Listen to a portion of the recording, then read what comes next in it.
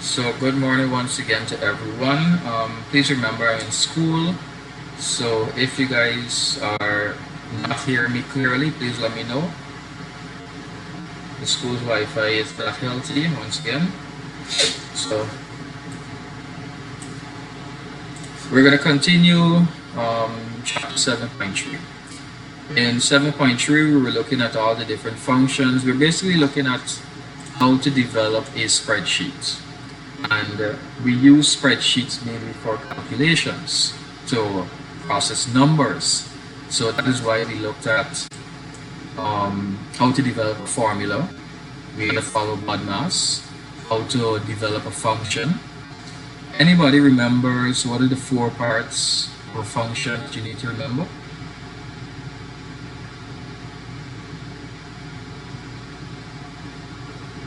What are four things about the function that you should remember? The syntax, that's one, good. The use of The use, very good. So the syntax, that's number 3. The use, that's number 2. The name, that's number 1. I don't think I gave the fourth one to this class, but the fourth one is the arguments. What arguments are part of the syntax? Because remember, some functions can have no arguments, like for example, the date function, the today function. Notice this here, it has no arguments, there's nothing in the bracket. And some of them can have basically from 1 going up. So this one has 3 arguments, this one has 1 argument, this one has 2 arguments. So those are the 4 things you should remember about the function. What is the name of a function? What is it used for? What is the syntax? And what is the of that function? Those are the 4 things you should remember. I hope you guys make a note of that. So we already looked at average, count A, count if, date, max, if, min, PMT, and then last we looked at rank, sum, and VLOOKUP. So if you guys aren't still getting VLOOKUP clearly, remember we are going to look at it in an exercise coming up, so hopefully it will help you further. But I'm going to send a link to our recording. I made another explanation of the VLOOKUP. So if any of you who's still not getting it and you want to basically try again to understand VLOOKUP, I'm going to send the link to the WhatsApp group so that you guys can watch that class.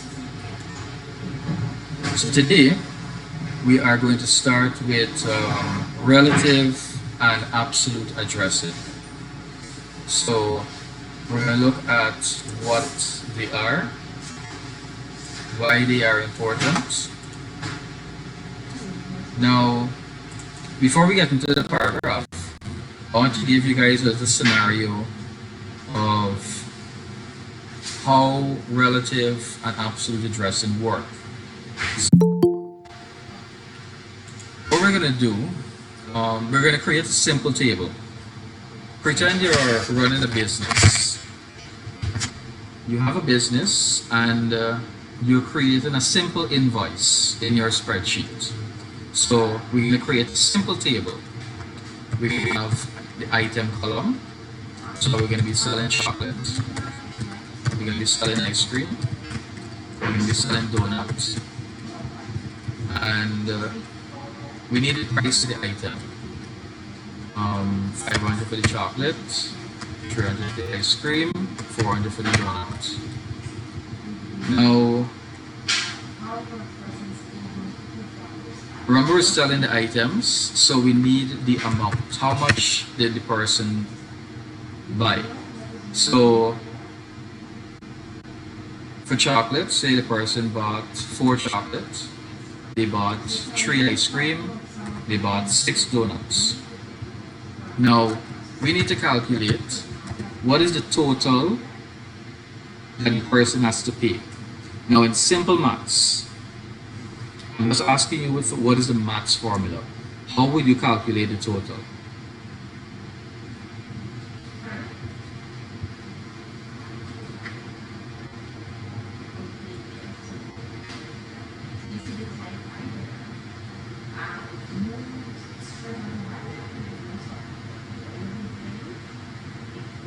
So you write sum? No, just give me the maths formula. Like if you were doing maths right now, what would be the calculation to get the total? Usually we multiply chocolate. Each multiply each of the items chocolate as you don't have to multiply 500 times 4, 300 times 3, 406. And when you get the answer for all three, you can add them all up Good. with more. So all of you agree with that? You multiply the price by the amount? Yes, sir. Yes, sir. Yes, sir. Good. So that is basically the mentality that you should have when you're creating formulas. Think of it mathematically first. Because remember, a formula is a mathematical equation. So think of it mathematically first, and then you can get into creating your formula. So multiplying the price by the amount is going to get us our total. Very good.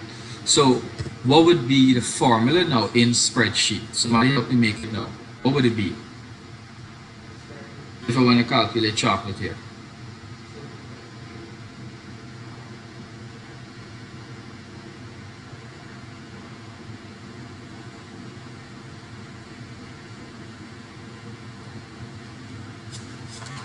We gotta start calling some names.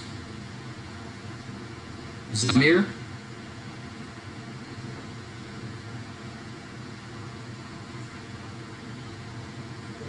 Zamir.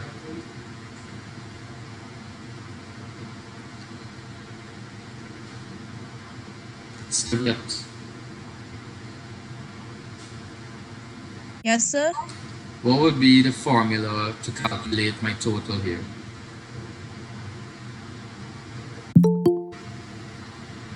Sir, could I answer? Let's have Stubet try and then we'll come to you. You would have to use B2 asterisk C2. Very good. That's correct. So B2 asterisk C2. That's correct. And that will give us our total there now. Now, imagine if this was more data in this table, like for example this here. So we have more data in this table. Does it make sense for us to manually type the formula every time? So I gotta go and type B3 asterisk C3. Would that make sense? No, sir. It just take too long. Exactly. Exactly. It's gonna take too long. So what would you guys do? What would you guys want to do?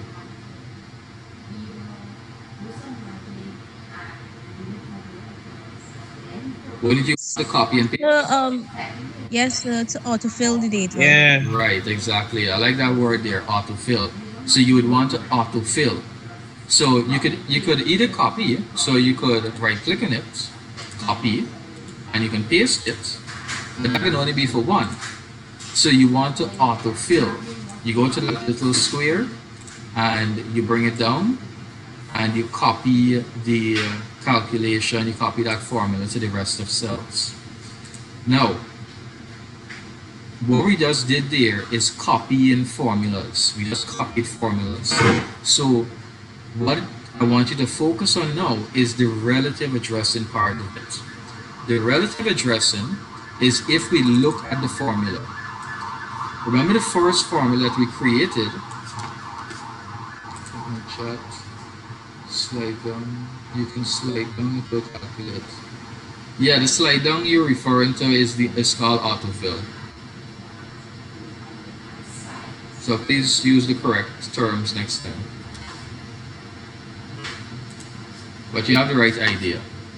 So going back to the formula, notice the first formula that we created, it's B2 multiplied by C2.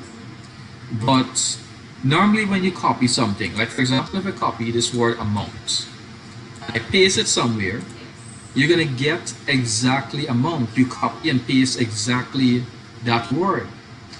But for some reason, when you copy a formula to another cell, it changes. Notice we have B3 and C3. If we check the other one, we have B4 and C4. If we check the other one, we have B5 and C5. So cell addresses, cell names, they change when you copy them. And that is called relative addressing. When the cells change based on where you paste them, based on the location that you're going to put them, it changes relative to that position. So, for example, I'm going to turn on a view called the formula view. So if you guys ever want to use it, it's Control and the tab above and the key above tab. When you press that, you get this view here. It shows you all of the formula. That's Control and the key above tab. So notice when we autofill that formula, it changed. And if you notice, it changed relative to the location. So we started with B2 and C2. Remember, that's the first formula. So when it moved down one cell, it changed by 1. So it went from 2 to 3. When it moved down 2 cells, it changed by 2, from 2 to 4. When it moved down 3 cells, it changed by 3. So based on the location, based on how much it moves, the get changed. That is how much it will either increase or decrease. So if you go down, it's going to increase, but if you go up, it will decrease, because it's just like how you're seeing the numbers on the left hand side here. When you go down, you're incrementing, you're increasing, the rows count going down. But if you copy from the bottom here, if I copy here and I go up, I'm going to delete this one at the top here. Notice nothing is there. I'm going to paste there. I need to copy it again. So I'm copying this V19. And when I paste at the top here, notice it decreased relative to that position there. So it's based on the actual row numbers. It's also based on column names also. So if you copy the formula to the right, the column is going to increase to the right. Notice it shifted from B, after B, one letter after B is C. One letter after C is D. So notice we have CD, C, and D. So if we copy it again, we're going to increment by another one. And if we were to copy from all the way over here, it would be basically the same thing. So we get D2 and E2 incremented by 2 from this location here to this location over here. So relative addressing is basically when you are copying a cell or when you are copying a formula, because remember it's going to use the cell names. It is going to change, that cell name is going to change based on the location you're going to put it. So let's run an example. Let me see if you guys understand what's going to happen. If I copy this cell here, or so I'll give you a simple example. I'm going to copy B19, C19, and I'm going to paste it in this cell here. What would it change to?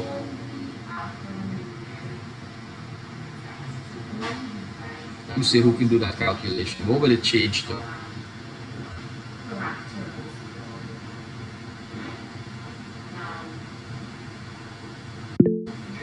Sir, EF19.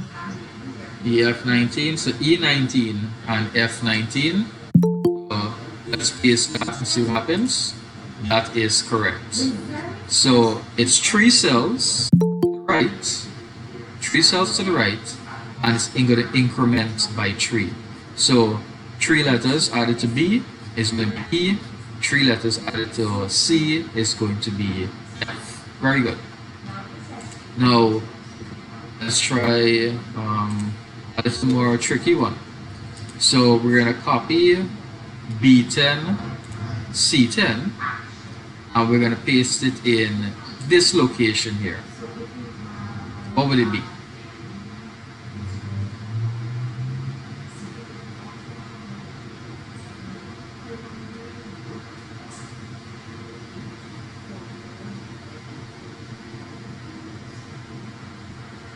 Don't forget the other number, the other cell number. What would the cell number be for D?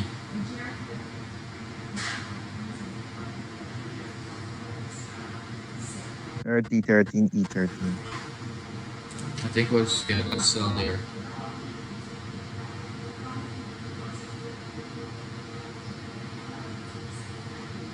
Somebody Yes, sir, D13. Sir, D13, E13. D13, E13, correct. So guys, you basically, even though you copy this from the top here, it's basically you gotta still look at the rows. You could have simply looked at this cell here and gotten that 13 and then come across about 2 here. So the main thing to take away is that when you copy a cell name, it changes. Even if you don't create a formula, and you just type in a cell name. For example, I'm going to type in A1. A1 is a cell name. So if I autofill that, remember this is not a formula, this is just a cell name. Notice it automatically changed. So it automatically changed relative to the location it was pasted. So this is a concept that is important for you to remember, because in the exam they might give you a question similar to this here. They might give you this cell here and they might tell you this new location here, what would the cell change to if you copied cell C4 and paste it into cell E7? What would the cell change to? So you would have to figure out, do your calculations. That is going to shift 2 to the right. The columns are going to shift 2 to the right from A, B, C. So that's going to be C, and then how much ever it shifts downward, you have to count that, and it would you would get C whatever it would change. Are you guys following? Yes, sir. Yes, sir. Alright, let's go to the paragraph now. And then we can come back to more examples. Alright, so our reader is going to be Sylvette.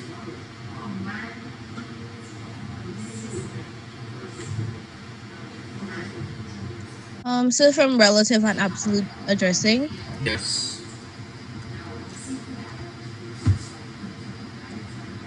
relative and absolute addressing.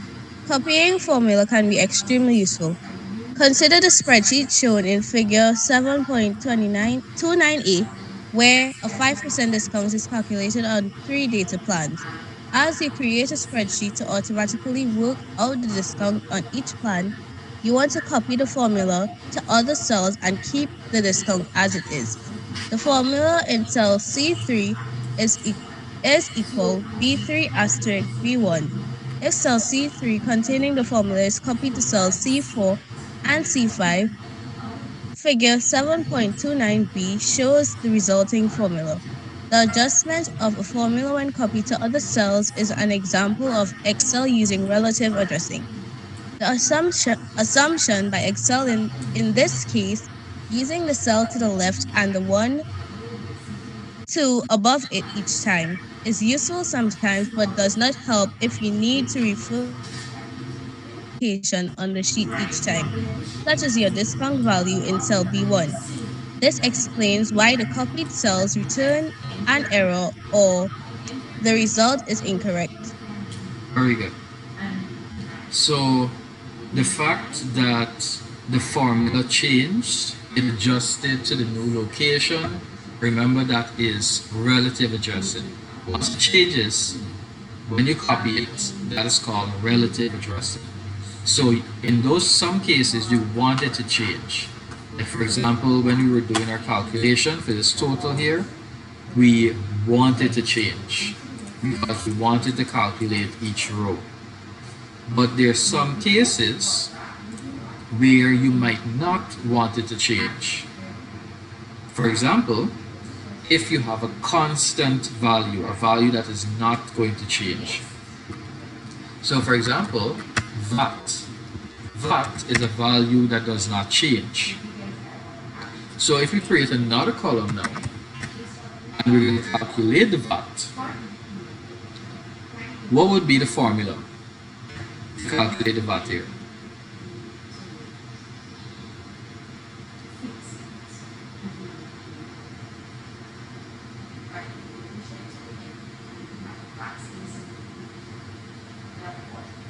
Or how would you guys calculate VAT? Remember, I said that earlier, think of the mathematical equation. How would you guys calculate VAT mathematically?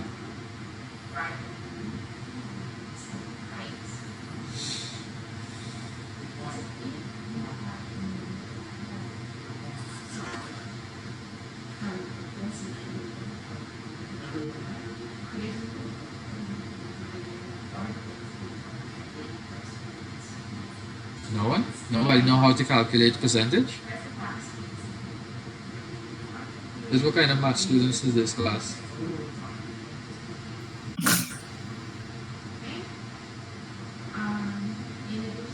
Would you guys not what? Divide 40% by, yes, you're gonna do that, but mathematically you would have divided it and multiplied and so on, and you would have Yes. answered.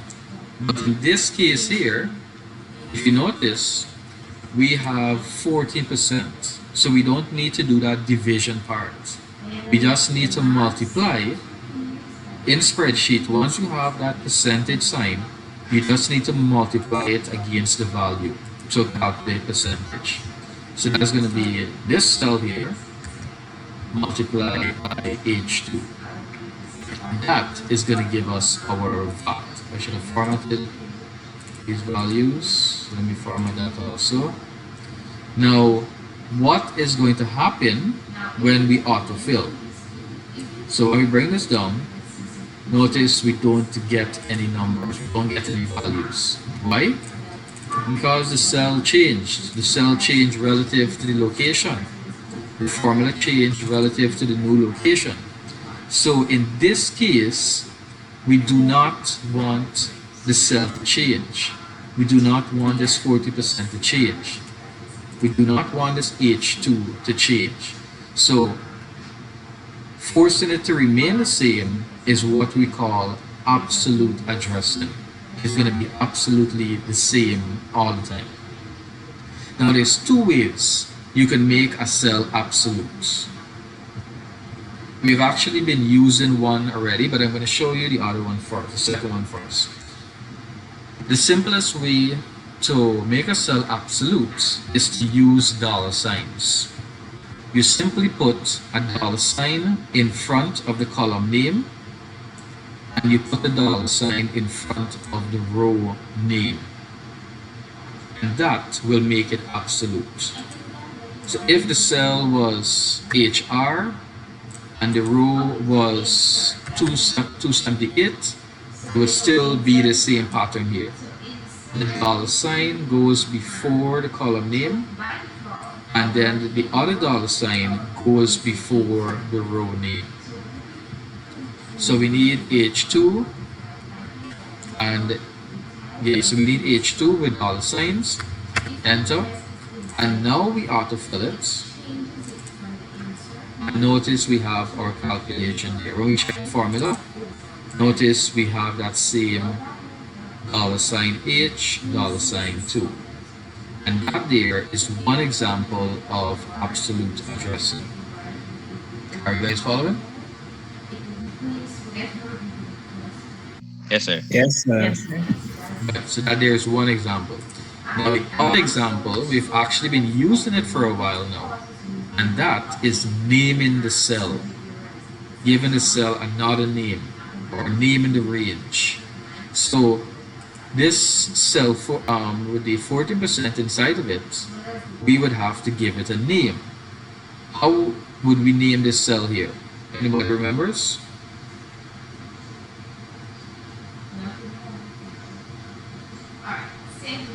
Sorry, go to the cell bar in the top left corner. Cell bar. What's the name of it? What's the name of the box?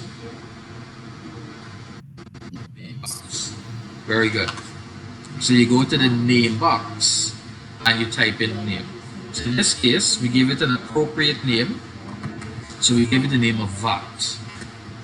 So this cell here now has the name of VAT. It still has the name of H2 because notice the calculation still working with H2, but it also has a new name, VAT. What we're going to do now, we're going to remove the H2 and we're going to put in that name range that we just created. Notice we still have our calculation here. So if I autofill it now, notice my calculation goes straight down.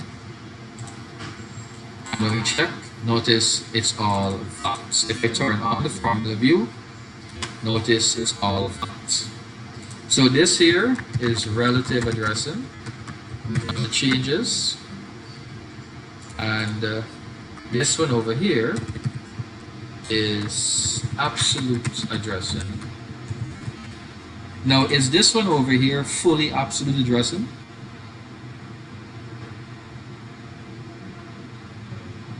The one on your right hand? Is it fully absolute addressing?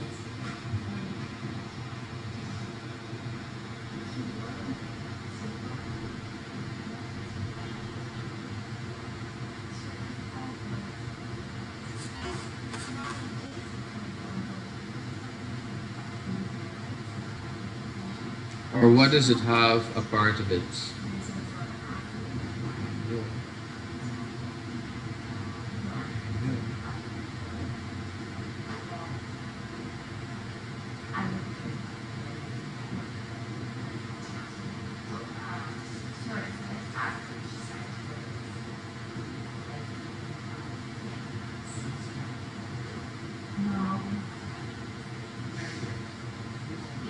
Nobody? Marisol says yes. If you look at it, remember, look at this left hand side here. Look at this D column here. We're saying that the fact that the cell changes, that is called relative addressing. So now look at the E column. Is it fully absolute addressing?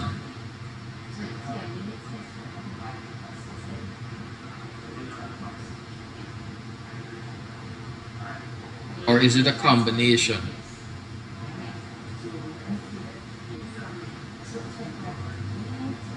Someone seen it?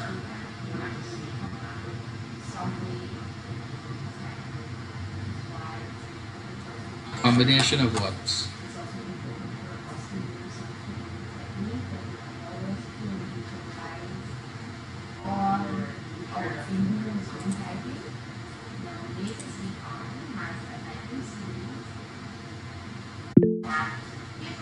Absolute and relative, you're asking?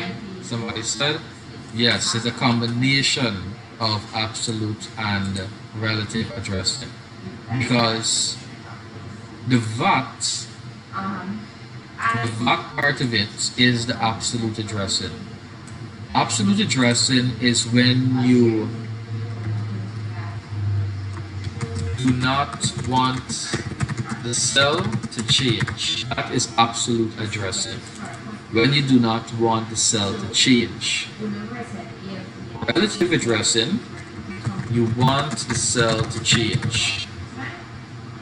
So by naming it VAT or by using H dollar sign H dollar sign 2, those two examples there are examples of absolute addressing. We don't want the cell to change. But in order for us to calculate the VAT, we need cell D to change. We need that D column to change. We need this total here to change, because if it didn't change, for example, if we put the dollar signs around it and we brought it down, if we made both of it absolute, we're going to get the same price, the same VAT for all of them, because we're using the same cell all the time. And that basically won't make any sense because we need the total to change. So it is a combination of absolute and relative addressing. So one cell remains the same and the other is going to change relative on that position to carry out the calculation. Are you guys following?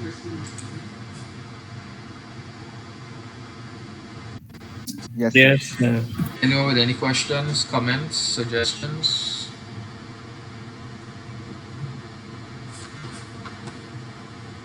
Notice we have a visitor, Rafael Angel.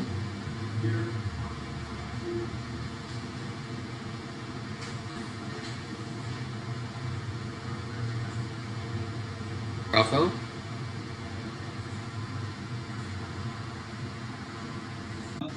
Yes, sir. How are you doing? Haven't seen you in a long time.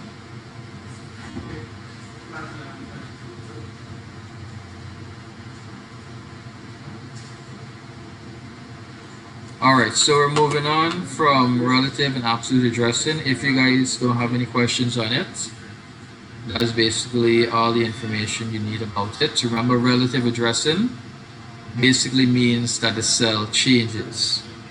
And you have to understand how it changes based on the movement.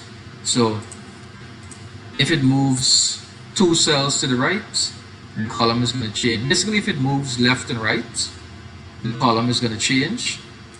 And if it moves up and down, the row number is going to change. So remember that. If it moves up and down, the row number is going to change. And if it moves left and right, the column is going to change.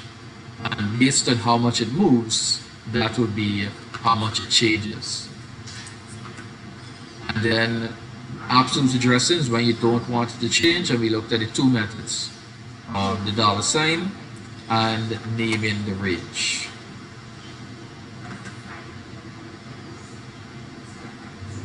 Alright, let's read without naming one.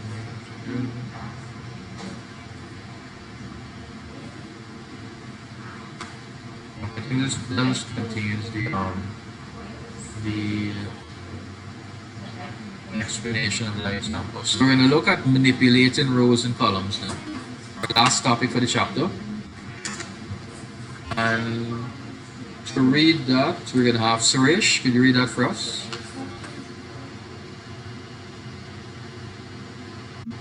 Manipulating rows and columns. Sometimes you may forget to insert one or more columns and or rows in a table.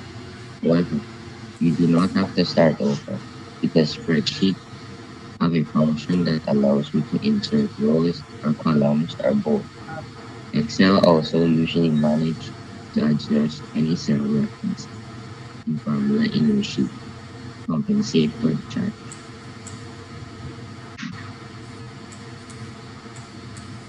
When you add a row, all rows will automatically move down one row. For example, in figure 7.31, if you wish to insert a row above the word German, fifth row, you must insert a new row as the fifth row and everything in it will become the sixth row, and so on. Good. So when you're working on a table, when you're working in spreadsheets, sometimes you might type in information. Like for instance, how we created this table here. But we want to put in an item before donut and after ice cream.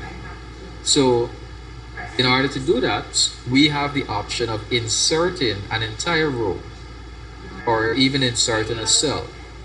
How you do that? You can either right click on the cell itself and you're going to see the word insert, or you could right click on the row number and you're going to see insert also. Either one.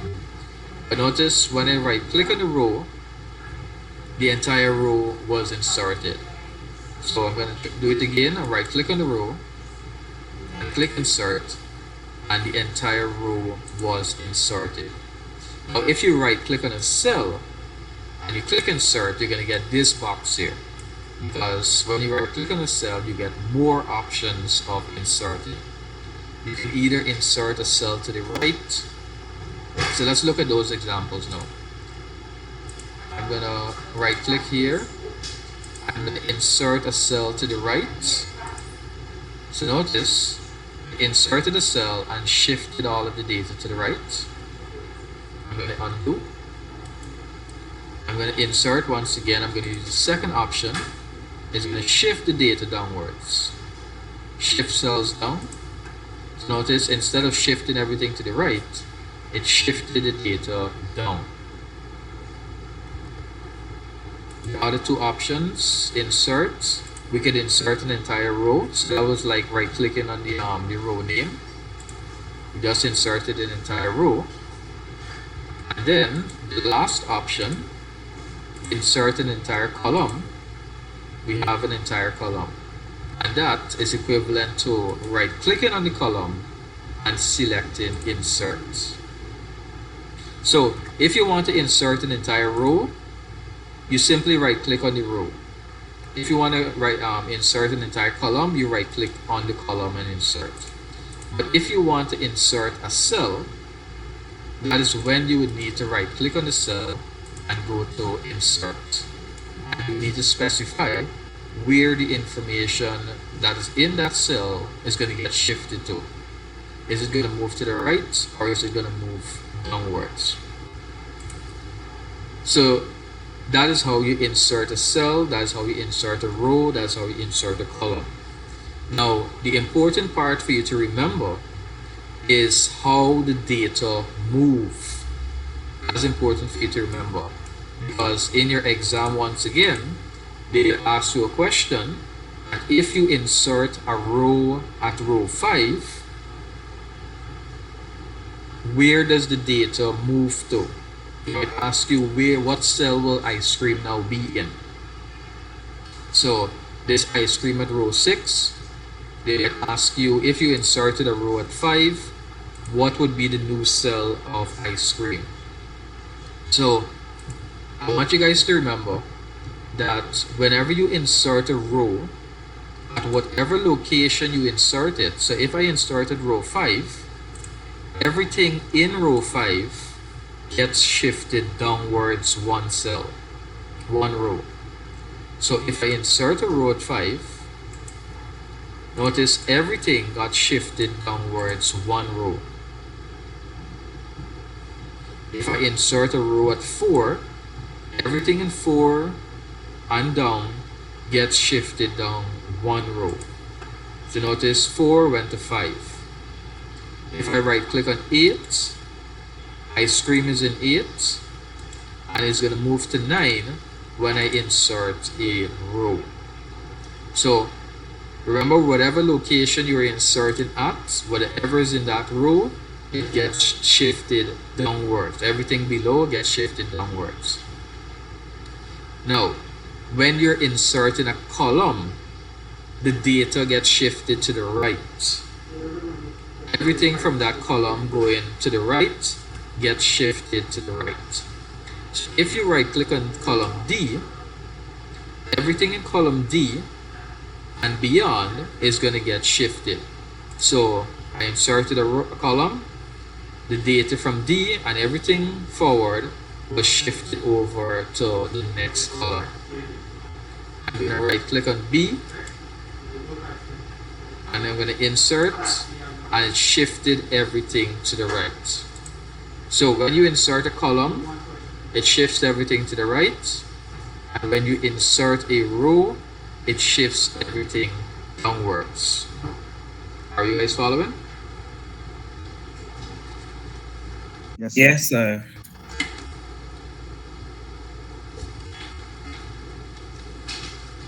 Now it's some simple things, but these simple things we tend to forget. So that's why we have practice sessions. So when you guys are doing your exercises, practice a lot with it. It's going to help you to remember how they work. So that is manipulating your row and columns, how you insert. So basically, if you want to delete now,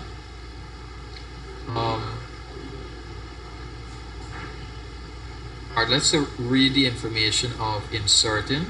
So inserting a row and column offers 4 choices. Sani, could you read for us? You can read the first 2.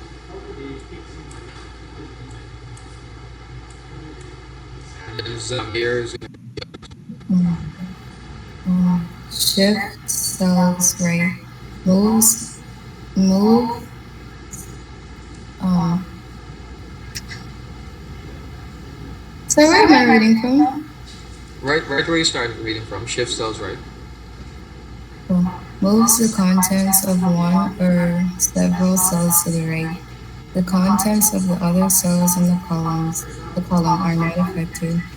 The contents of this cell being moved will always move to the right. Shift cells down. Moves the content of one or several cells down. The other cells in the row are not affected. The contents of the cell in that column below the cell being moved will also move down. Good. So we looked at that just now. When you shift a cell to the right, whatever content is in that cell and everything beyond gets shifted to the right. But everything to the left of that cell is going to remain. It's only moving things to the right. When you shift cells downward, whatever is in that cell and below is going to be shifted downwards. Everything above is going to remain. Zamir, could you read the other 2? Zamir left. Timothy? Zamir? Yes, sir. Timothy, you could read the next 2. Sir, from where? Entire row. Okay, sir. Entire row. Inserts a row where the cursor is located. The entire row is moved down, not just one cell. The newly inserted row appears above the selected row. Continue. Entire column.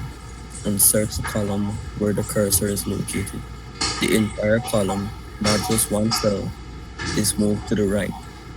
The newly inserted column now appears to the left side of the Good. selected column. Good. And we just looked at all of that. When you insert an entire column, everything gets shifted to the right and the column is created on the left hand side. So notice that was created on the left hand side here. Everything on the right gets shifted. When you insert a row, everything in that row gets shifted downwards and the new row gets created above. So remember, it's important for you to remember how those information move, how they get shifted. Now, when you're deleting, It's basically the reverse. The reverse is actually happening. So if you delete a column, instead of it moving to the right, it's going to move to the left now. So if I delete this column, everything is going to move to the left. If I delete another column, it's going to move to the left. If I delete another column, it's going to move to the left. So if I delete a row, how will it move? Anyone?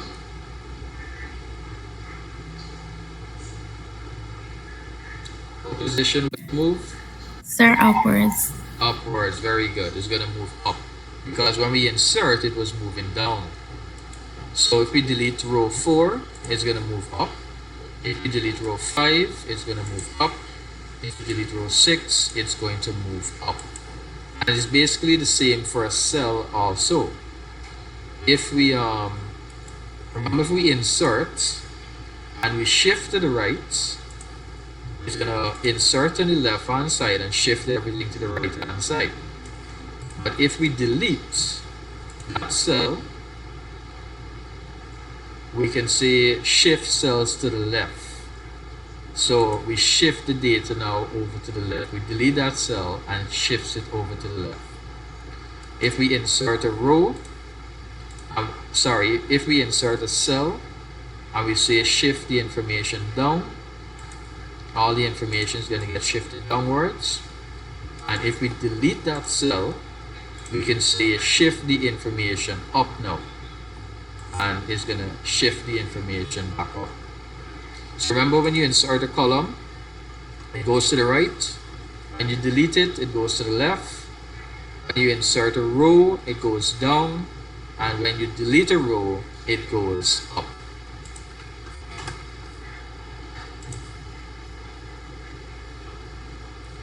Alright. Any questions before we move on? No, sir. Any questions, comments, suggestions, recommendations? Alright. So, in our next class, you guys are going to do these questions for your homework. We're going to review it in the next class. Remember, these exercises are your assignment. I don't know what was confusing persons. Some persons were asking me if it's 1 to 7, and I don't know which 1 to 7 they count in. But the instruction clearly said exercise 1 to 7. If you notice, this is exercise 1. This is exercise 2. This is exercise 3. This one is 4. This one is 5. This one is 6. And this one is 7. And so it's basically everything in the purple you have to complete for assignment.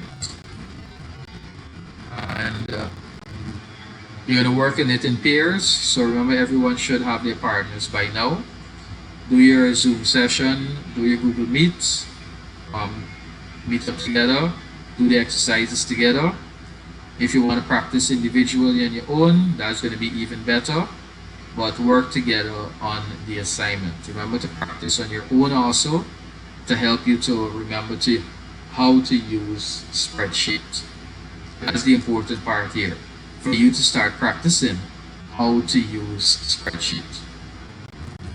I think that's it for this assignment. Any of you finish the assignment? Yes, sir. One person finish. It's actually a simple assignment. If you take the time, yeah, Rashawn. Sir, well, This assignment can actually finish within 10 minutes. yeah, we're finished. Is she? So it's due on Thursday. Today's Monday. Yeah, you guys have a lot of time because I gave you since last week. So you have this homework here to complete for Thursday, and you have your assignment, your exercise to complete on Thursday also. So we're going to review all of that on Thursday. So to wrap up this chapter, Please remember, we're looking at how to develop a spreadsheet.